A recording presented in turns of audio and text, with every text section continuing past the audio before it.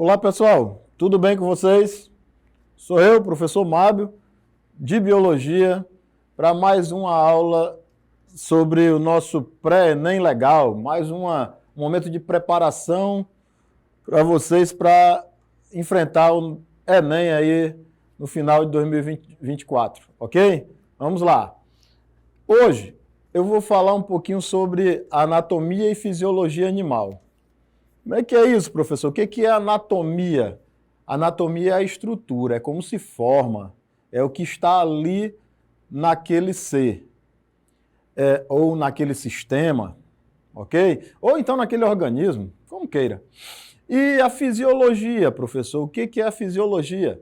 Fisiologia é como aquele sistema funciona, como aquele órgão funciona, como aquele ser se mantém. Então, sabendo disso, lembramos ainda da homeostase, né? O ser se mantém porque todos os sistemas desse ser, que seja um ser unicelular, que seja um ser multicelular, mas todos os sistemas estão funcionando de forma adequada, de forma ideal, ok? Homeostase é a garantia de que esses sistemas funcionem para que esse ser continue vivendo. Tranquilo? Não dissociem. Estejam sempre com anatomia e fisiologia associado. O Enem nunca vai cobrar só sobre o sistema e seu funcionamento. Só isso? Não, ele quer saber um pouquinho lá da estrutura desse sistema também. Ele quer algum fato que tenha ocorrido que não era esperado com esse organismo. Tá? O sistema está funcionando de maneira inadequada, ou então acontece que aumentou algum tipo de célula nesse organismo, e por qual motivo isso aconteceu? É assim que o Enem trabalha, ok? Associe sempre anatomia, fisiologia humana e animal com também as doenças, com as anormalidades que estes possam ter. Ok? Vamos adiante, então. Está aqui dois animaizinhos capturados. Vocês já devem ter visto na escola de vocês, lá no laboratório, por exemplo. E aí está lá, um gafanhoto falando aí para o que parece ser uma baratinha. Até que não é de todo ruim aqui. O gafanhoto fala. Casa, comida na hora certa e não tem predadores, quer dizer, eles não estão correndo riscos aí dentro desse vidro, né? O que eu não suporto é ser observado ao microscópio. Sinto minha privacidade invadida, ok? O funcionamento animal, ele não se dá só em nós, seres humanos. Ele se dá em todos os animais. Então, há a comparação, há o estudo comparativo do sistema cardiovascular, do sistema circulatório, né? Do sistema respiratório, do sistema imunológico, do sistema digestório. Então, há sempre uma comparação. E esse funcionamento é quase que sempre similar um ao outro, tá? Mas vamos adiante.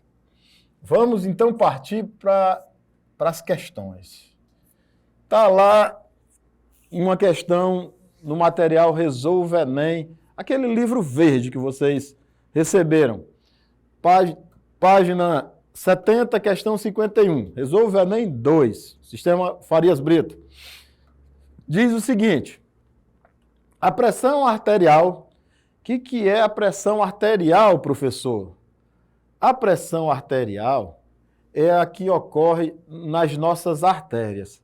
Aí nós devemos lembrar, temos dois tipos de vasos. Tem o vaso que se chama artéria e o vaso que se chama veia.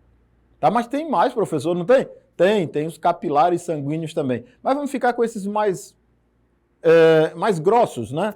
Com diâmetro maior, que são veias e artérias.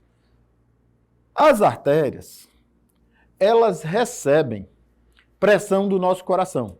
Então, o sangue está passando pelas artérias porque o coração está pressionando para que ele se locomova. Ok? Então, a pressão arterial. Vocês já devem ter verificado a pressão de vocês em um posto de saúde, numa UPA, em qualquer lugar desse tipo, então, até numa farmácia, ou então em casa, né? E aí alguém falou para vocês que a pressão estava alta, ou então que a pressão estava baixa. Bom, mas se estava alta ou estava baixa, é porque não estava 120 por 80. Ou então, 12 por 8. Tá? O que significa 12? Significa a pressão que o coração fez para que esse sangue saísse desse coração quando o coração contraiu. Isso se chama sístole, 120. E aí foi mandado essa quantidade de sangue para os vasos, para as artérias. Mas aí o coração relaxou. Só que o sangue continuou passando pelos vasos, só que numa pressão menor. E aí é a pressão de 80 milímetros de mercúrio. Ok? Daí 12 por 8. Tranquilo? O que mais? Durante a contração cardíaca, que eu já falei para vocês, e durante o relaxamento cardíaco. Aqui a gente tem um mapinha aqui informando isso. Já a gente trata um pouquinho mais? Vamos para próximo slide. Olha só. A anatomia e a fisiologia do nosso sistema cardiovascular. Então, nós temos duas circulações. Uma circulação chamada de grande circulação, tá? Aqui está em espanhol, circulação maior. Grande circulação é quando o sangue ele parte do coração para todos os sistemas. Circulação maior, grande circulação. Ele sai pela artéria aorta e é distribuído por todo o nosso coração. E aí ele volta pelas veias cavas ao nosso coração. Depois, nós temos uma circulação menor, ou a circulação pulmonar. Circulação maior também é chamada de circulação sistêmica. Então, a circulação pulmonar é quando o sangue sai do coração e vai para os pulmões, mas só vai até os pulmões. E aí ele volta ao coração. Tudo bem? Essa é a circulação menor, ou circulação pulmonar. Como é que é isso, professor? Como é que chega, aonde chega, para onde vai? O sangue chega através das veias cavas, indicadas aqui. Ele chega ao átrio direito, e o átrio direito manda esse sangue para o ventrículo direito. O ventrículo direito manda o sangue para os nossos pulmões. Aqui, estou indicando para vocês. Daí, o sangue volta dos pulmões para o átrio esquerdo. Então, está vindo lá dos pulmões, vou colocar para cá, só para indicar. Lá dos pulmões, ele vem para o átrio esquerdo. O átrio esquerdo manda sangue arterial para o ventrículo esquerdo. O ventrículo esquerdo manda, então, sangue para a artéria aorta, que aí vai ser distribuído por todo o nosso corpo. Ok até aí? O sangue se mistura, professor, o sangue arterial, que é rico em oxigênio, se mistura com o sangue venoso? Não. Nosso coração tem 4 cavidades e não há um local onde esse sangue arterial se misture com o sangue venoso. Professor, o que é mesmo sangue arterial? É o sangue rico em oxigênio. E o que é o sangue venoso? Ele está envenenado, é? Não, o sangue venoso é aquele que é pobre em oxigênio. Ele só é pobre em oxigênio. Não é que ele é cheio de dióxido de carbono. Não, ele é pobre em oxigênio. Tá ok? Belezinha? Se misturasse, professor, ia acontecer algum problema? Se misturasse, e aí há alguns defeitos, algumas pessoas nascem com anormalidades no coração, e aí há uma mistura desse sangue. Bom, o indivíduo então teria uma respiração ineficiente, mas isso é corrigível, felizmente. Ok? Então tá, vamos adiante. Então a questão diz assim: a pressão arterial é pulsátil, depende da pulsação do nosso coração. Por quê? A cada batimento cardíaco, certa quantidade de sangue é bombeada pelo coração para a artéria aorta. Só lembrando, né, que essa quantidade aqui é 120 milímetros de mercúrio. Bom, quase não deu certo. Durante a contração cardíaca, a pressão arterial, nas condições normais, aumenta até cerca de 120 milímetros de mercúrio. Apesar nem eu ter escrevido ali. Que corresponde à pressão sistólica, sístole. Se contrai. Durante o relaxamento cardíaco, a pressão arterial cai para 80 milímetros de mercúrio. Valor da pressão diastólica, podendo tal processo ser observado no gráfico a seguir. Então está aqui no gráfico. Reparem que aqui está o 120 indicado. Essa pressão ela vai diminuindo ao longo do A, B, C, D, E, até chegar no F nem tem, né? A é a artéria aorta, bastante pressionado pelo coração. A letra B são as artérias em geral. Ainda há uma pressão bem alta. Letra C são as arteríolas, que é uma diminuição dessas artérias. Letra D são os capilares sanguíneos, que chegam às partes mais ínfimas do nosso corpo. E letra E são as veias. E letra F é o átrio direito. Legal. No átrio direito, a pressão, então, diminuiu que só. Ela está aí ligada às veias cavas. Tudo bem? Comando da questão. Com base nesse gráfico, responda qual a razão dessa pulsação não ser mais visualizada nas regiões D e E. O que aconteceu? O coração tem períodos de estagnação, ele para, Não. Deus o livre. Para não. Os vasos mais distantes do corpo não possuem válvulas que dilatam e relaxam. Essas válvulas, elas estão nas veias, ok? Então, e elas impedem o retorno do sangue. Letra C. Essas áreas vasculares apresentam ausência ou reduzida quantidade de músculos lisos. Opa, musculatura lisa é aquela que atua sem o nosso comando. Parece que essa tem é uma resposta boa. Letra D. Devido ao sangue ter de tais regiões escaparem dos vasos. Não vai escapar não, senão não vai acontecer um derrame aí. Ok? Letra E. Pela perda de complacência vascular nesses vasos, o que evita a pulsação. Quer dizer, ele vai dilatar tanto? Também não. Resposta correta, então, letra C. Ok? Tudo bem? Vamos para a próxima. Certinho. Prova Enem 2022, questão 91, página 2, lá no caderno amarelo. Fala sobre doping sanguíneo, fala sobre eritropoietina. O que é eritropoietina? É a produção de glóbulos vermelhos. Fala sobre hormônio produzido pelos rins e pelo fígado, que regula o processo de eritropoiese. E olha que é o fígado e os rins que estão produzindo esse hormônio.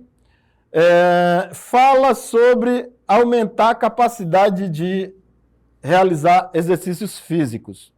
Esse tipo de doping. Bom, vamos para a questão, mas antes dela vamos...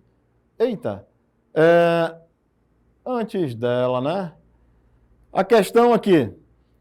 Esse tipo de doping está diretamente relacionado ao aumento da... Eu já até falei para vocês. Eritropoietina, produção de glóbulos vermelhos. Frequência cardíaca. Capacidade pulmonar.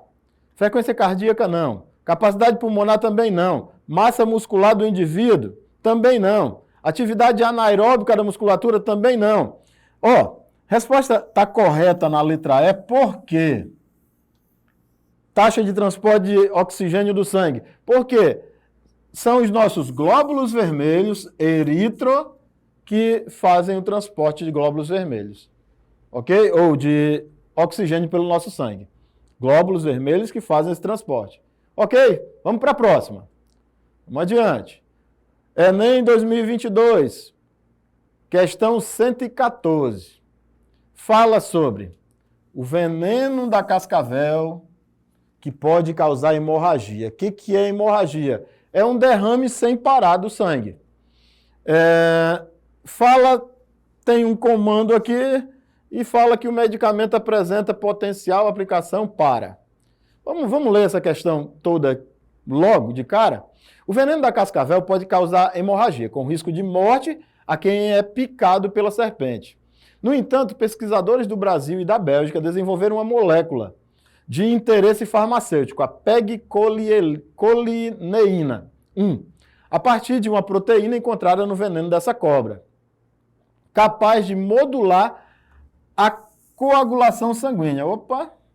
Embora a técnica não seja nova, foi a primeira vez que o método foi usado a partir de uma toxina animal, na sua forma recombinante, ou seja, produzida em laboratório por um fungo geneticamente modificado. Esse novo medicamento apresenta potencial aplicação para impedir a formação de trombos. Se causa hemorragia, não forma trombos. Ok? O sangue não para. Típicos de alguns casos de acidente vascular cerebral. Opa, parece que está certinho essa aí. Mas vamos às outras.